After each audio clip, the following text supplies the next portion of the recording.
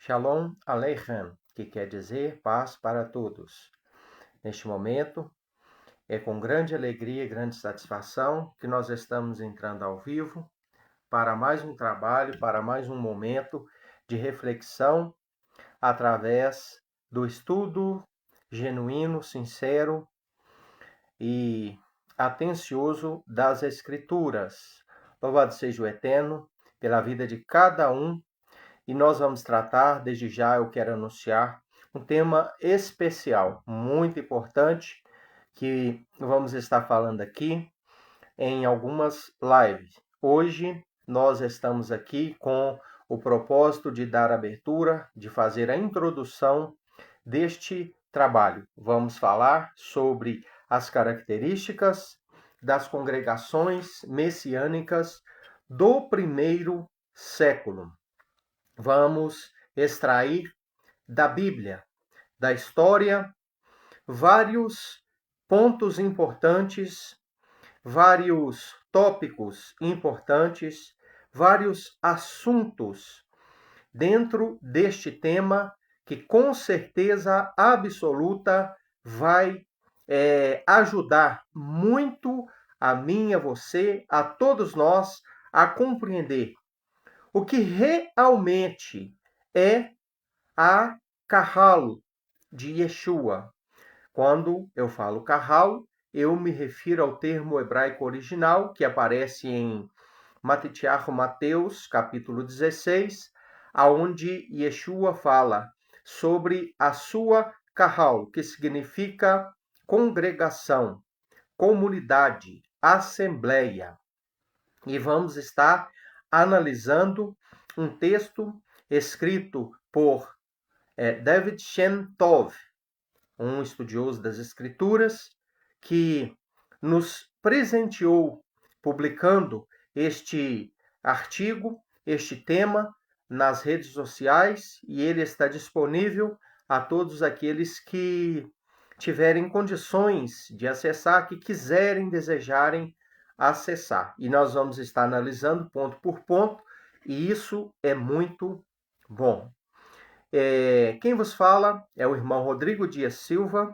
Eu me intitulo Um Servo de Adonai.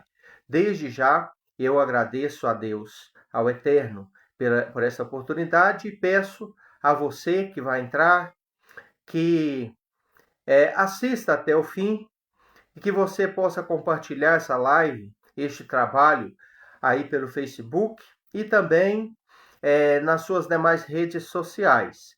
Também peço a sua colaboração visitando o canal que tenho pelo YouTube, intitulado também Rodrigo Dias Silva, Servo de Adonai, aonde ali eu sempre deixo as mesmas mensagens que prego, que transmito, os ensinamentos que apresento aqui nesta página, eu os transfiro também ali para o canal do YouTube. Será um prazer, um privilégio muito grande receber você ali no canal, onde tem ensinamentos, né, gratuitos. O canal ele não trabalha com a monetização. Eu também não cobro nada de ninguém para poder ensinar. De graça recebestes, de graças dai, ensinou Yeshua HaMashiach, e assim eu sigo o seu conselho. Uma coisa que eu peço é a sua colaboração. Como? Compartilhando, dando o seu like, né, para fortalecer o canal, e também se inscrevendo. Isso é muito bom, né? O seu comentário ali é uma forma de você, das pessoas, fazer um movimento e fazer a plataforma do YouTube entender que aquele canal está sendo acessado, é de interesse de algumas pessoas e que ele é um canal que está sendo interessante, que está sendo edificante, que está sendo benéfico para outras pessoas. Isso é bom, porque assim a gente colabora com uma pequena parcela para a expansão, o avanço do reino do Eterno e a sua palavra. Antes de entrar aqui no tema, eu gostaria de introduzir a minha vida perante o Altíssimo, perante o Deus Todo-Poderoso de Abraham, Yitzhak e Jacob, o Deus de Abraão, Isaac e Jacó, e fazer uma oração por mim e também por você. Seria muito importante você orar junto comigo. Vamos orar. Eterno, nesta noite, antes de prosseguir, eu me introduzo na tua presença para lhe agradecer pela rica oportunidade de poder transmitir uma mensagem, um ensinamento aos que do outro lado, ó Eterno, vão estar assistindo. Eu lhe agradeço de todo o coração pelas obras que o Senhor fez, pelas obras que o Senhor está fazendo e por tudo aquilo que o Senhor ainda fará nas nossas vidas. Que o Senhor abençoe a vida desta pessoa, que o Senhor abençoe todos nós, que sejamos todos ricamente abençoados pelo seu poder, pela sua mão, pela sua graça, no nome de Yeshua. Eu lhe agradeço, ó Eterno, por tudo que o Senhor já realizou. Hoje vamos falar de um tema muito importante. Eu peço que o Senhor dê graça, sabedoria e profundidade para que as pessoas possam entender o que realmente o Senhor, através de Yeshua, fez e quis. O que realmente é a identidade e as características bíblicas da congregação, da Kahal, do Senhor, ó Eterno, que foi deixada e que foi estabelecida lá no primeiro século. Eu lhe agradeço e peço capacidade para poder transmitir esta mensagem, este ensinamento, de uma forma especial, em nome de Yeshua, o nosso Salvador. Amém. Louvado seja o nome do Eterno, o Todo-Poderoso, aquele que com seu poder, que com a sua mão poderosa, com a sua graça, tem nos abençoado, tem nos agraciado e tem nos dado vida e vida eterna com abundância através da sua palavra e através do seu Filho, o Messias. Bom, queridos, hoje nós vamos fazer uma introdução a este trabalho. Um dos pilares deste assunto a ser tratado traz uma gama de informações sobre as congregações judaico-messiânicas e também nazarenas após a morte de Yeshua. Então, queridos, nós sabemos muito bem que Yeshua, ele é o Messias, enviado pelo Eterno, e que ele é o Salvador de todo aquele que nele crê. Ele foi enviado para as ovelhas perdidas da casa de Israel. Ele mesmo disse em sua palavra: eu vim a não ser somente para as ovelhas perdidas da casa de Israel. Quando foi questionado pela samaritana acerca do local de adoração e do povo da adoração, ele disse: a salvação vem dos judeus. Então, Yeshua, sim, é o Salvador. Yeshua, sim, é o remidor, o redentor daqueles que nele crê. Ele veio para os seus, ele veio para o seu povo. Quem era Yeshua? Yeshua era um israelita. Yeshua era um judeu. Ele nasceu como judeu, viveu como judeu, comeu como um judeu, vestiu-se como um judeu. Ele tinha o comportamento e tudo aquilo que regia a sua vida de acordo com as leis do povo judeu dada por Deus a Moisés lá no Monte Sinai. E ele morreu e ressuscitou como um judeu. E outra coisa, ele voltará nestas condições. Ele voltará como um judeu que ele sempre foi.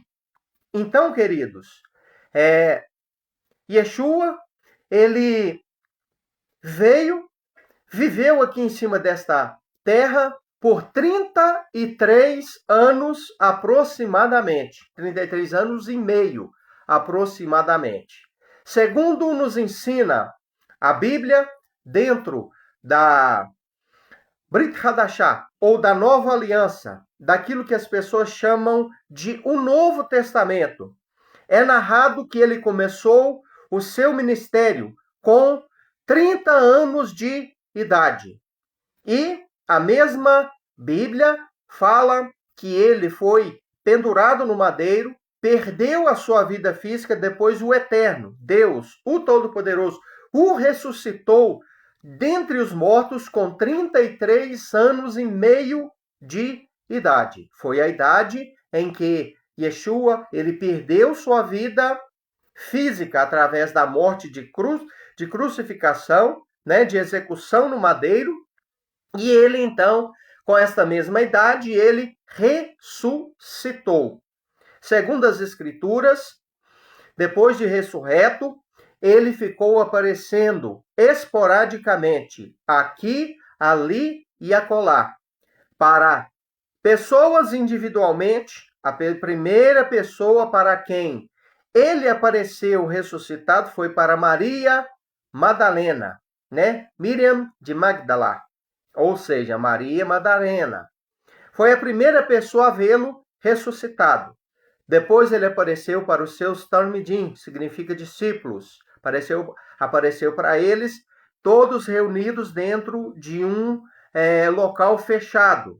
E ele, né, apareceu ali, atravessando portas, entrando ali de uma maneira misteriosa e sauda a todos. Apareceu também para os discípulos no caminho, 2 discípulos, no caminho de Emaús, conversando com eles. Apareceu também aos 11 que estavam ali reunidos e que já estavam ali descrentes em relação à sua ressurreição e já estavam a pescar. E nesta ocasião, segundo ensina as Escrituras, ele comeu peixe com eles e bebeu, chupou favo de mel. Muito interessante tudo isso. Isso tem uma representatividade muito forte. Então, no final de todas as coisas, ele apareceu para mais 500 pessoas, né? Ele apareceu para 500 pessoas que estavam reunidas ali no Monte das Oliveiras, e dali ele subiu aos olhos à vista dessas 500 pessoas, tendo como companhia 2 melach, que é anjo dentro da língua hebraica, né? 2 anjos que estavam um à sua esquerda e outro à sua direita.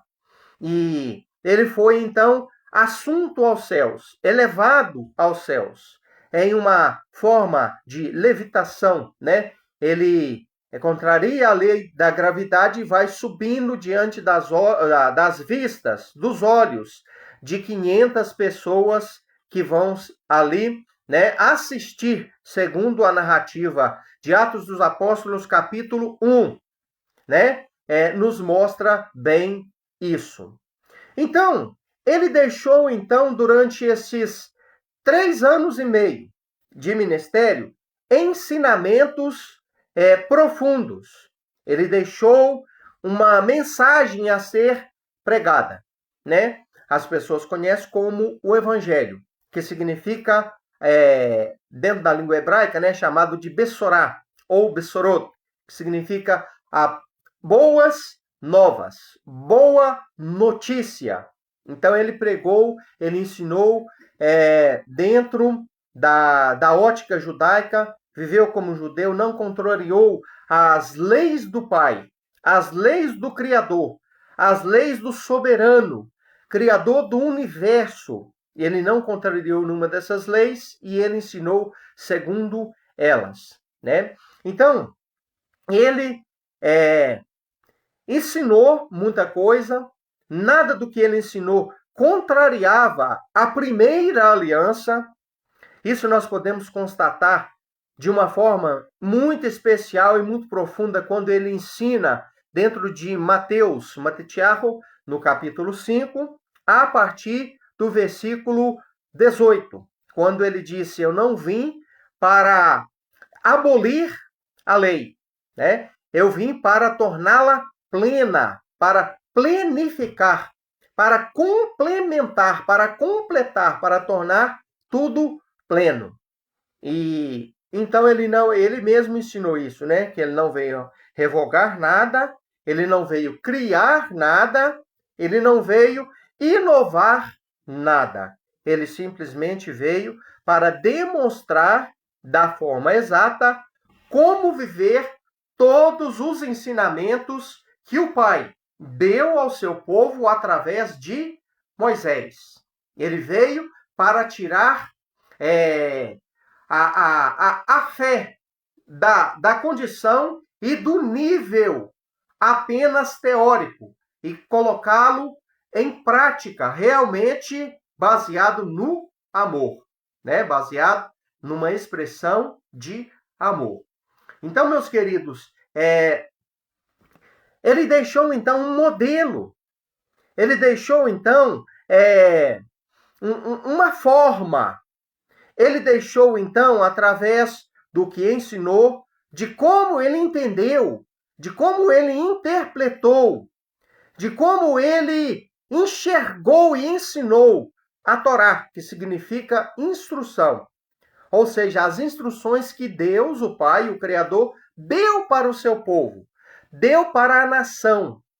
Ele, como um israelita, nascido dentro da nação de Israel, né?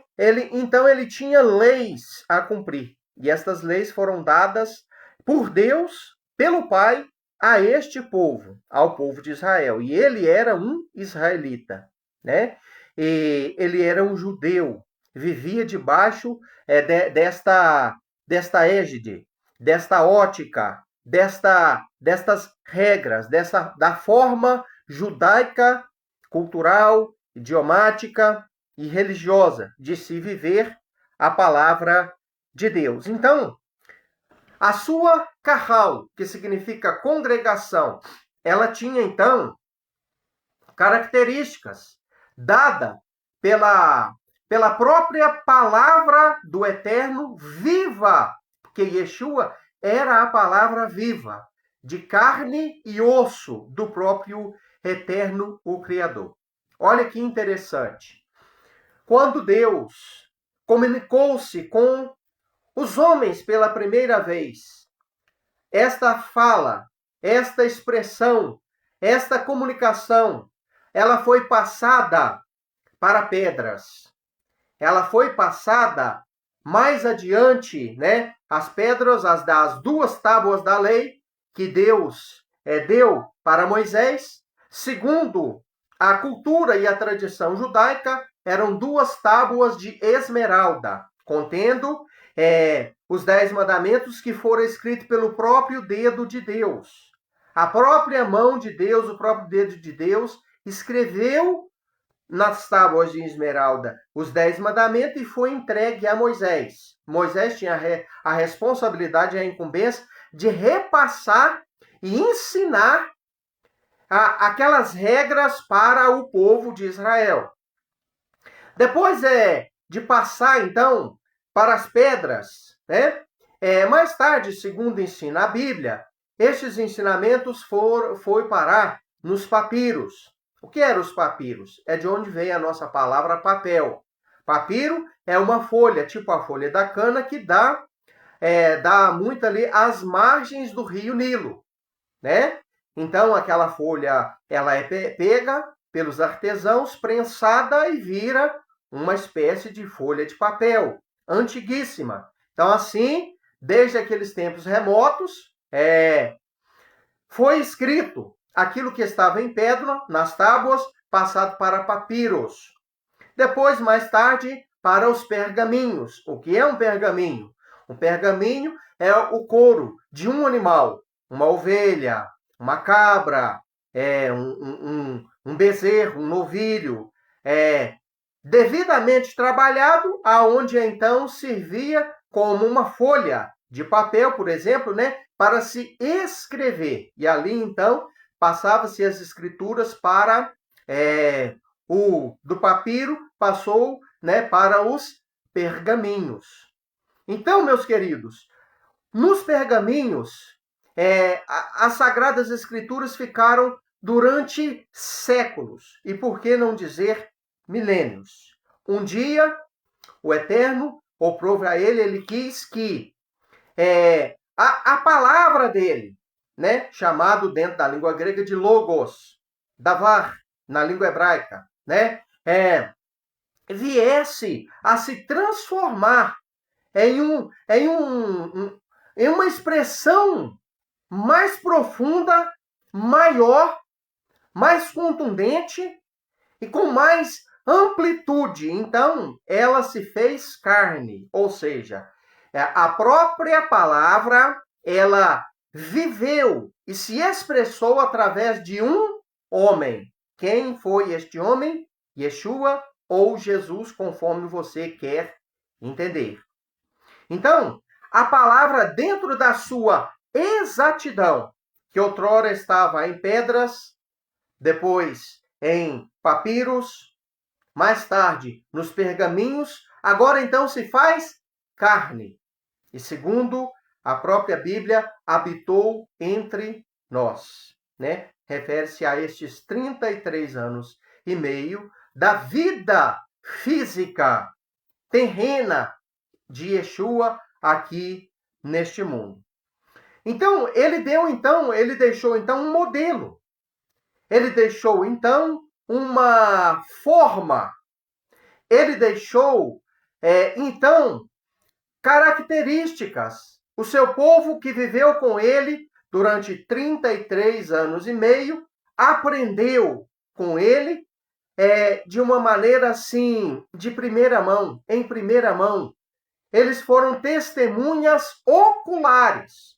Ouviram com seus ouvidos, viram com seus olhos, puderam sentir com seus próprios corações a emoção de ver ele. Fisicamente, pessoalmente, ensinando as coisas, né, concernente à vontade de Deus. Então, ele deixou ordens. Antes dele partir, ele deu dezenas de instruções.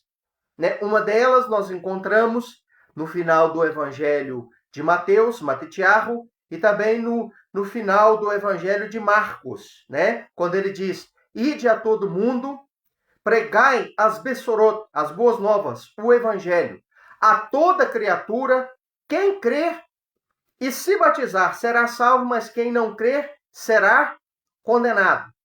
E ele disse, né, também, ide ensinai a todas as nações em meu nome. Né? Então ele disse isso também. Ele deu esta ordem para que as pessoas fossem e transmitissem a mensagem que ele deixou e que tinha vínculo profundo, real, verdadeiro com tudo aquilo que já existia, né? Porque esse negócio, irmãos, ouvintes, de que existe uma antiga aliança e uma nova, é mentira. Esse negócio de que existe uma lei que foi quebrada por uma chamada graça que foi traga e criada por Jesus também é mentira. Não existe isso, né? Essa classificação entre Antigo e Novo Testamento nunca existiu dentro das Sagradas Escrituras hebraicas. E, né, se você não sabe, as Escrituras de Gênesis, Apocalipse e demais livros, porque existem outros livros que também são sagrados para o povo judeu, mas que não estão dentro dessa Bíblia aqui. Não faz parte desta Bíblia aqui, que foi agrupada, reunida pela vontade da Igreja Católica Apostólica Romana. Então, a Bíblia, as Escrituras, elas são sempre foram um produto da fé, da cultura hebraica, judaica. A Bíblia é um livro judeu. Né? Então, queira as pessoas aceitar ou não. Então, classificações, agrupamentos e traduções, coube à Igreja Católica Apostólica Romana fazer isso. Né? Mas isso não procedeu do povo que Deus revelou a Bíblia. Por exemplo, essa questão de Antigo Testamento, Novo Testamento, não foi o povo judeu que inventou isso. Isso não existe dentro das Sagradas Escrituras, dentro do seu âmbito original. Não existe. Eles não usam essa classificação de Antigo Testamento e Novo Testamento, porque isso é uma expressão depreciativa. Por que depreciativa? Quando se fala assim, Antigo Testamento, você está depreciando, né, a palavra de Deus, classificando ela como uma coisa ultrapassada, antiga, que já foi, que já passou, que já era, que não tem mais validade, que não está mais em vigor, que não tem mais força, que está ultrapassada, para falar bem a verdade. Quando você fala Novo Testamento, você está depreciando, desmerecendo tudo aquilo que já existia antes destes escritos nos ser trago. Para complementar esta minha fala e prosseguir, o que você acha que Yeshua usava para ensinar naquela época? O Novo Testamento? Não. Nesta época em que Yeshua vivia e em que os seus discípulos o acompanhavam, os seus 12 escolhidos, apóstolos, emissários, shaliach, que quer dizer enviados, né? Estavam com ele pregando. O que eles usavam? Não existia aquilo que nós temos nas nossas mãos, os 27 livros, daquilo que chamamos de o Novo Testamento, não existia. Então, o que eles usavam? Eles usavam a Torá. A Torá é a base da fé, da cultura, da religiosidade do povo israelita, do povo judeu. E também aquilo que o judeu chama de Tanar, que é os demais livros, né, da Bíblia, fora os 5 primeiros que é chamado de a Torá, né? Gênesis, Apocalipse, ou melhor, perdão, Gênesis, Êxodo, Números, Levítico e Deuteronômio. Estes 5 livros, chamado pelos cristãos de Pentateuco, dentro da cultura, da fé, da religião judaica, é chamado de a Torá, que significa as leis, né, do Criador, que significa instruções, ensinamentos do Pai para o seu povo. Então, não existia, na época de Yeshua, o que nós chamamos de Novo Testamento. Existiu Tanar também. Tanar, né, os livros de Gênesis até Malaquias. Chamamos de Tanar. Salmo, Provérbio, Cântares, né, os livros de Crônicas, Samuel, enfim, todos os livros que chamamos de Antigo Testamento. Então, isso ele tinha nas mãos dele. Isso ele ensinava, né? Principalmente a Torá, porque a Torá é a base, né? É o alicerce sobre qual tudo é edificado. O próprio apóstolo Paulo fala isso em Efésios 2, né? Que a mensagem dele estava edificado sobre o fundamento dos profetas e dos apóstolos. Então, o próprio apóstolo Paulo confirma essa verdade. Então, prosseguindo, queridos. Então, Yeshua ele deixou um modelo. Ele deixou para os judeus, os seus seguidores, né? judeus messiânicos, judeus nazarenos daquela época, após a morte de Yeshua, como estas perderam sua força no quarto século e já antes do quarto século, com a instituição da Igreja Católica Apostólica Romana, oficializada a religião cristã oficial do Império, por quem quero nesta noite falar algo aqui histórico. Há fontes históricas para provar isso que eu vou falar. Quem criou a religião católica apostólica romana ou o cristianismo não foi Yeshua, não foi Jesus, não foi o Messias, não foi Yeshua HaMashiach, que significa o Salvador ungido. Quem criou este sistema religioso foi um imperador chamado Flávios Constantinos Valérios, que supostamente, entre aspas, se converteu e passou então a adotar, a fé cristã como a fé oficial do Império. Isso tudo entre aspas. A história mostra claramente que Flávios Constantinos Valérios, um imperador romano, ele era um sacerdote pagão, do deus Mitra. Quem era o deus Mitra? Dentro do mitraísmo, dentro desta religião romana, de origem romana, que era uma religião pluralista. Ela é uma religião que adorava vários deuses. Ele era sacerdote do deus Sol. Mitra era o deus Sol. Inclusive, este Mitra, ele tinha um dia especial, que era o dia do seu nascimento. Era um dia em homenagem a ele. Qual era esse dia? 25 de dezembro.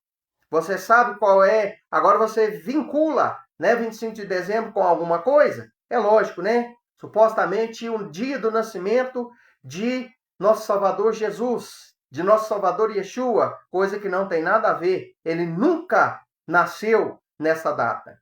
Não há registros, nem históricos e muito menos bíblico, de que ele nasceu no dia 25, né? Não existe isso. Então, Flávios Constantinos Valérios, ele oficializou no ano 325, no concílio chamado Concílio de Nicéia, aquilo que conhecemos hoje como a Igreja Católica Apostólica Romana. Uma religião que saiu de dentro do judaísmo e que criou suas próprias normas, suas próprias leis, suas próprias regras, desvinculando-se daquilo que já existia. E o que existia? A fé judaica, né? A fé judaica com a vinda de Yeshua, né? Eles continuaram sendo judeu, pois o próprio Salvador Yeshua era um judeu, é um judeu, virá como um judeu. E os seus discípulos, quem eram? Judeus também, né? Só que eles, naquelas épocas, eles ganhavam um nome. Qual era o nome deles? Daquele grupo que seguia Yeshua. Daquele grupo que seguia o Salvador ungido. Eles ganhavam o nome de Netzarim, que significa nazarenos. Porque Yeshua nasceu em Belém, mas foi criado, né, até uma boa parte da sua idade, antes dele começar o seu ministério em Nazaré. Então, Netzarim vem de Nazaré, ou Yeshua o Nazareno, aquele que vem de Nazaré, aquele que vem da cidade de Nazaré. Então, eles eram chamados de Netzarim, pode ser chamado também de messiânicos, por quê? Porque messiânico é todo aquele que crê que ele é o Messias. Então, automaticamente, esta pessoa que crê que ele é o Messias é um messiânico. Até mesmo quem não crê que ele é o Messias, mas espera o Messias ainda, que é o caso do judeu ortodoxo, pode ser chamado de messiânico. Por quê? Porque eles têm a esperança em um Messias, né? Eles têm a esperança em um Messias que ainda virá. Então, judeus Netzarim, ou messiânico, é o nome do grupo que seguia Yeshua HaMashiach lá naquelas épocas remotas do primeiro século. Então, eu estou apenas em uma introdução, para você entender muito bem, então, né? Como este grupo era chamado lá naquela época. Cristão? Não. Como eles eram chamados, então? Eles eram chamados os Netzarim, os Nazarenos. Existe, queridos e amados irmãos, na próxima live eu vou trazer aqui, vou lembrar de anotar, trazer bem anotadinho, com referência à página, ao nome de quem citou, um estudioso daquelas épocas, um historiador, né, que foi membro da igreja daquelas épocas, que escreveu e disse quem era o grupo que seguia Yeshua, né? Ele fala, eles nada diferem dos judeus originais, tradicionais, primários. Eles vivem exatamente igual a eles. Eles têm diferença apenas pelo fato de eles terem fé que Yeshua é o Messias. E eles vivem conforme as leis judaicas. Eles leem as escrituras dentro da língua original, dentro da língua hebraica. Enfim, este historiador, meus irmãos, ele escreveu e disse umas coisas importantíssimas que confirmam as características deste grupo, desta comunidade, deste povo que seguia ao Messias lá naquelas épocas. Então, meus irmãos, houve uma dissensão. Quem foi o pivô dessa dissensão que provocou uma ruptura entre os nazarenos, né, que eram judeus crentes em Yeshua, e também os gentios? Quem eram os gentios?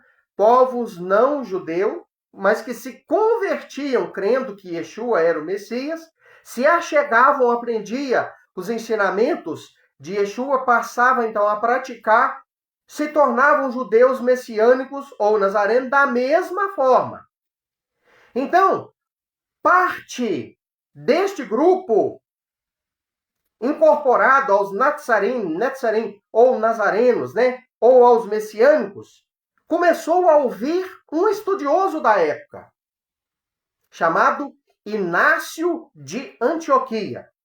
E esse Inácio de Antioquia, ele fez então uma ruptura entre a fé que ele tinha, que era ali então o início de todas as coisas, o cristianismo, e a fé deixada por Yeshua, a fé original dos Netzarim, que eram judeus praticantes da Torá, que reconheciam os ensinamentos de Moisés, que viviam conforme as ordens, as regras de Deus para o povo israelita. Ele então, Inácio de Antioquia, faz uma ruptura, né? Começa então a pregar coisas totalmente opostas e diferentes. E o povo então vai se convertendo e se achegando, né? E então aquele grupo primário perde então força, né? Perde então a força, e esse novo grupo que veio como fruto de uma dissensão, né, através da introdução e das heresias introduzidas no meio da comunidade por Inácio de Antioquia, e aquilo então posteriormente é acatado, recebido e oficializado por Flávio Constantinos Valérios, no ano 325 depois da morte de Yeshua, no concílio de Nicéia. Então, quem criou o cristianismo não foi Yeshua. Yeshua era judeu. Ponto final. Yeshua era um israelita. Yeshua é o nome de um israelita enviado por Deus para ser o Salvador, o Messias. Nem sequer o nome, que nós conhecemos está correto.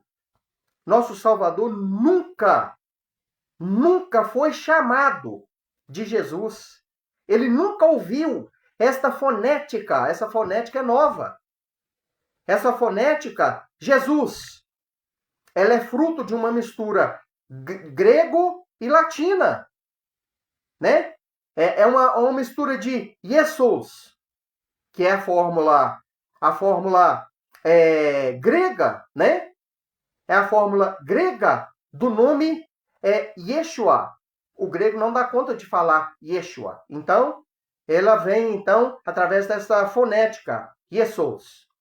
Jesus, com I, né? Jesus. E mais para frente, com a introdução do latim através da Igreja Católica Apostólica Romana, vem a letra J, que é uma letra que tem apenas 300 anos de existência só. Só 300 anos de existência.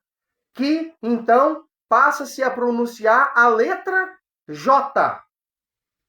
Não existia nenhum nome, nenhuma palavra com essa fonética. Jó. Já, Jeji, Jó, Ju. Não existia. Né? Então, isso aí foi uma evolução. Né? Então, nem sequer este nome, que é um nome que os homens deram ao Salvador, ele sequer existe e está correto. O verdadeiro nome que Deus, o Pai, deu ao seu Filho é um nome comum, que existia vários Yeshua lá no passado, irmão. É como se fosse José nos dias de hoje. Yeshua era um nome comum. Não foi apenas ele que recebeu este nome. Era um nome judaico. Era um nome hebreu. Então, o próprio anjo Gabriel, quando desceu para falar com Miriam, Maria, a mãe de Yeshua, ouviu, ela não colocou este nome nele da cabeça dela. Foi ordem do anjo. Ordem de Deus, melhor dizendo, através do anjo. Ele se chamará Yeshua. Significa Salvador, salvação. Então, queridos, Yeshua, então, ele não criou aquilo que nós chamamos de o cristianismo. Ele não criou este sistema religioso que conhecemos nos dias de hoje como a igreja.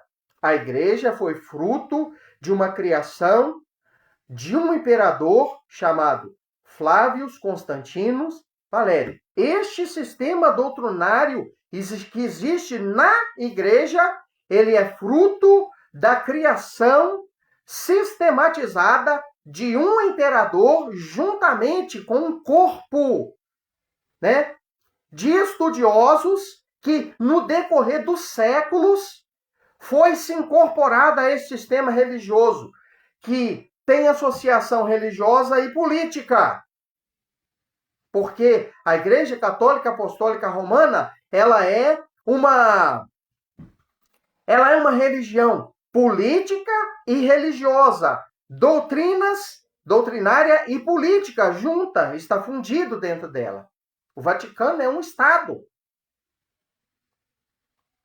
E, infelizmente, você que está me assistindo, que vai me assistir que faz parte das igrejas protestantes, da qual um dia eu fui pastor, líder. Você é fruto do cristianismo católico apostólico romano. Aceite você ou não, me perdoe a franqueza e a sinceridade. Você é. Eu era. Mas me desvinculei por quê? Porque eu conheci essas verdades. Então, se esse sistema não foi o sistema que Yeshua viveu e ensinou, então qual era ele? Então eu fui pesquisar. Quem era ele? Um israelita. Como ele vivia? Como um judeu. Qual eram as leis judaicas? Está lá dentro da Torá. Então, meu irmão, é isso que nós temos que viver. Ah, mas e tudo aquilo que a gente aprende no cristianismo? Tem que passar por uma correção. O que é verdade, o que está correto, vamos praticar, vamos viver, vamos levar para as nossas vidas, vamos tocar adiante. Mas o que está equivocado, vamos corrigir. O que está errado, vamos abandonar. E o que desconhecemos, e a partir de um determinado momento, a luz de Deus vem e nos faz conhecer, vamos colocar em prática. Para isso, é necessário a gente ter humildade. Porque não é fácil eu olhar para mim e dizer assim, poxa vida, eu estive errado, eu estava errado. Eu tenho que corrigir. A maioria é orgulhoso e orgulhosa e diz assim, não, eu nasci assim e eu vou morrer assim. Eu aprendi assim, meu pai viveu assim, meu avô viveu assim, eles todos morreram assim, eu também vou morrer assim. Não, eu não vou morrer assim. Eu quebro este ciclo, né, de escravidão doutrinária, religiosa na minha vida, para poder ensinar meus filhos, meus netos, minha posteridade, de uma forma mais conveniente e apropriada. Então vamos deixar claro quem era o Salvador da humanidade. Yeshua HaMashiach, o Filho de Deus, o Nazareno, um judeu, um israelita, que não criou nenhum sistema doutrinário, nenhum sistema religioso. Viveu como judeu, morreu como judeu e ressuscitou como judeu e voltará a segunda vez como um judeu. Então, meus irmãos, vamos entender. Nós vamos falar aqui várias vezes, constantemente, sobre quem criou o cristianismo e sobre quem, meus queridos e amados irmãos, foi realmente Yeshua HaMashiach. Até você entender isso. Né? A própria Bíblia fala, meus irmãos, em Atos 11, se não me engano, 26, que em Antioquia da Pisídia foram os discípulos, pela primeira vez, chamados de cristãos. Então, em Antioquia da Pisídia, era a cidade de Inácio de Antioquia. Era ali que ele tinha a sua influência, o bispo Inácio de Antioquia. Quem chamou aquele grupo, os Nazarim, pela primeira vez, de cristãos, não foi os judeus, foram os pagãos da cidade de Antioquia da Pisídia, que era uma cidade de origem grega e não judia. Então daí surgiu o chamado cristianismo, que veio, né, foi uma nomenclatura dada por um grupo de pessoas não judias, não pertencentes à fé hebraica, para aqueles Netzarim, seguidores de Yeshua. O significado da palavra cristão é até bonito, irmão. Significa parecidos com Cristo. Cristo é a forma grega de Messias.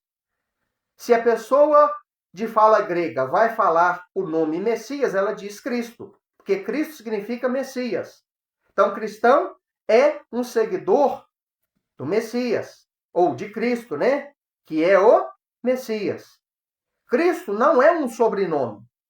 Cristo, né? Não é o sobrenome de Yeshua. Cristo significa Messias. Messias significa ungido.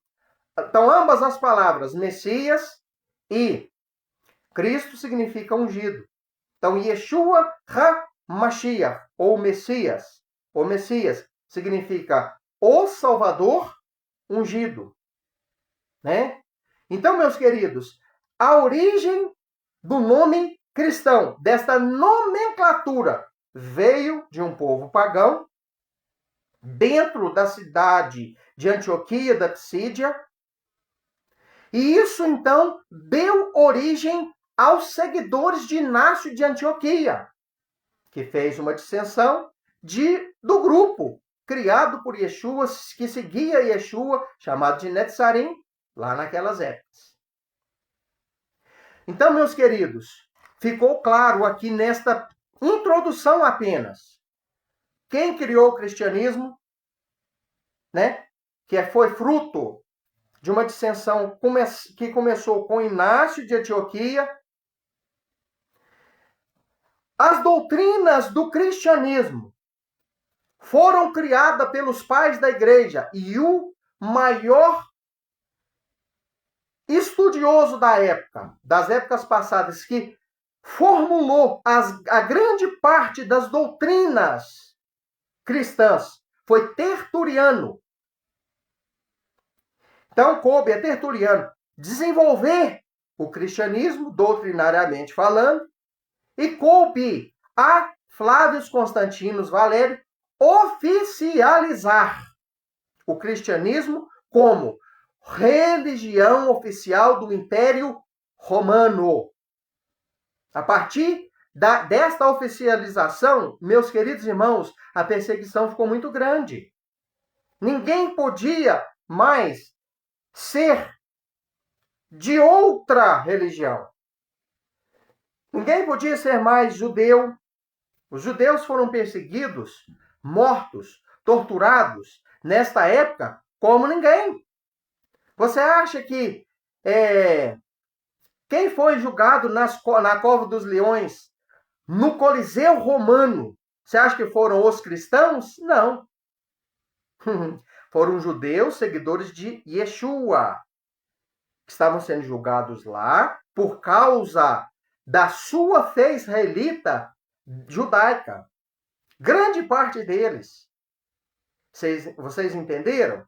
Então, hoje é apresentado para nós esta falsa imagem de que eram os cristãos que eram pegados e julgados lá dentro do Coliseu para os leões comer. Não, não era. Era os judeus messiânicos, judeus nazarenos, que mantinham ainda a integridade, a lei, a Torá, aos ensinos de Yeshua. E muitos desses que estavam ali julgando ele fazia parte da religião do império, que era a religião cristã. Queridos, Flávio Constantino Valério, imperador de Roma, não se converteu de forma alguma. Ele simplesmente fez um sincretismo religioso. Ele continuou sendo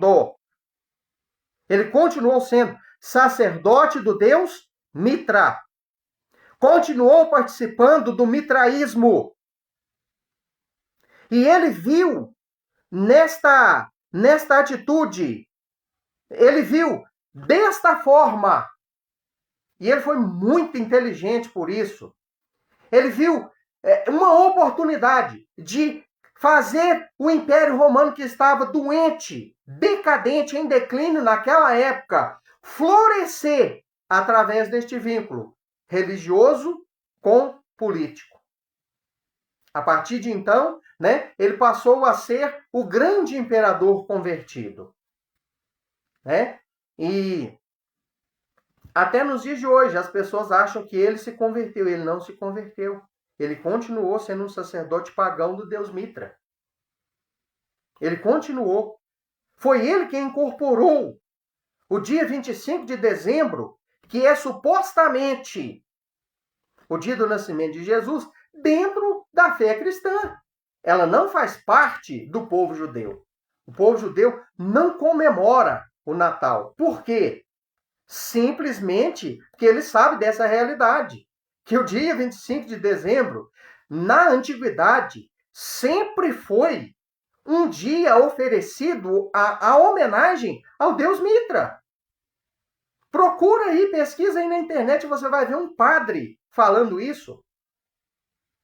Eu vi outro dia o padre falando isso. O próprio padre falando que a Igreja Católica Apostólica Romana comemora o 25 de dezembro como o nascimento de Jesus, mas que isso não tem nada a ver, que historicamente, ele disse, não é as minhas palavras, né? Historicamente, o dia 25 de dezembro era o dia da adoração ao Deus Sol, ao Deus Mitra, dentro do mitraísmo, dentro das religiões pagãs do Antigo Oriente, no passado. Qualquer estudioso das escrituras, das religiões dos dias de hoje sabe disso. Então ele não criou absolutamente nada. Quem criou este sistema religioso da igreja foi Flávio Constantino Valério, auxiliado por bispos chamados de os pais da igreja, Inácio de Antioquia, Tertuliano, Marcião de Sinopse, e foi vindo, com o passar dos séculos, muitos outros estudiosos, bispos, teólogos daquelas épocas. Cada um foi ensinando uma coisa e tudo isso foi condensado dentro de um concílio que durou mais de 6 meses. O concílio de Nicéia durou mais de 6 meses. E lá dentro do concílio de Nicéia, eles escolheram qual seria os livros que viria para um compêndio que mais tarde seria chamado de Biblos, conjunto de livros que nós conhecemos hoje como Bíblia. Foi escolhido então os 66 livros, mas é só os 66? Não. Existem muitos outros livros inspirados por Deus que não faz parte destes 66 aqui e que faz parte da fé hebraica, da cultura hebraica. Não veio parar aqui porque não foi o judeu quem condensou, foi eles que receberam tudo que está nesses livros aqui. E nos outros também, né? E nos outros também. Foi o povo judeu. Mas quem catalogou e falou, olha, todos esses livros aqui são os livros sagrados e este que é o conjunto de livros sagrados do judaísmo. Não foi o judeu quem fez isso, foi os cristãos. Foi o concílio de Nicéia. Quais doutrinas iriam seguir? Também foi o concílio de Nicéia. Foi no concílio de Nicéia que pegaram, né, criaram a doutrina da Trindade, coisa que nunca existiu dentro da fé judaica. A fé judaica é monoteísta, ela adora um Deus só. Deus é um, Deus não é dois e Deus não é três. Quem criou isso, essa doutrina, foi Tertuliano. Então, Flávio Constantino Valério tinha que organizar esse sistema com doutrinas e com um livro sagrado. Então, estes 6 meses que durou o Concílio de Nicéia em 325 foi para formular o corpo doutrinário da Igreja Católica Apostólica Romana. E, infelizmente, o cristão evangélico protestante, ele segue isso.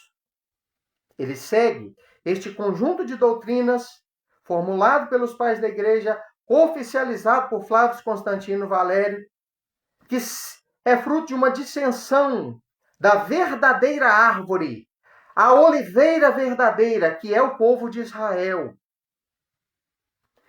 Este sistema desvinculou-se da videira. Este sistema se apartou, se divorciou da videira. A videira Se você não sabe, leia as Escrituras dentro da Primeira Aliança ou do Antigo Testamento, para você me entender melhor. Você vai ver todo o Antigo Testamento ou a Primeira Aliança, né? Dizer que quem é a videira é o povo de Israel. Então, queridos, esse sistema ele desvinculou-se da videira. Ele se divorciou do verdadeiro sistema ensinado por Deus, acatado, lógico, por Yeshua, também ensinado, confirmado por Yeshua através da sua vida, e também este sistema ensinado por Deus, abraçado, acatado pelo Messias, porque senão Yeshua não poderia ser o Messias. Ele é o Messias porque ele viveu de acordo com estas ordens do Pai, que é o Deus único, o Criador de todo o universo. Por isso ele é o Messias, sim. E ele é digno de ser chamado de Messias, porque ele viveu segundo essas leis, essas regras, um israelita verdadeiro.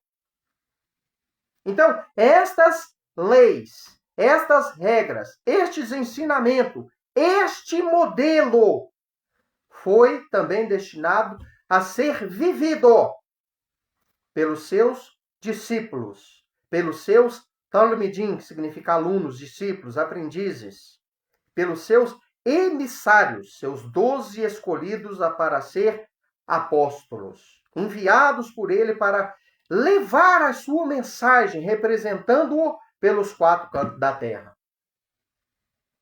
Então, esta é uma introdução para este ensinamento que começa a partir do dia de hoje. Foi apenas uma introdução que fiz. Eu vou parar por aqui nos dias de hoje.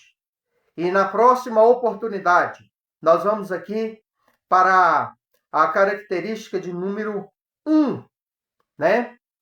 Que fala que eles esperavam a restauração do reino físico do Criador, do reino físico dado, né, por Deus. Isso aqui era uma promessa de Deus para o seu povo.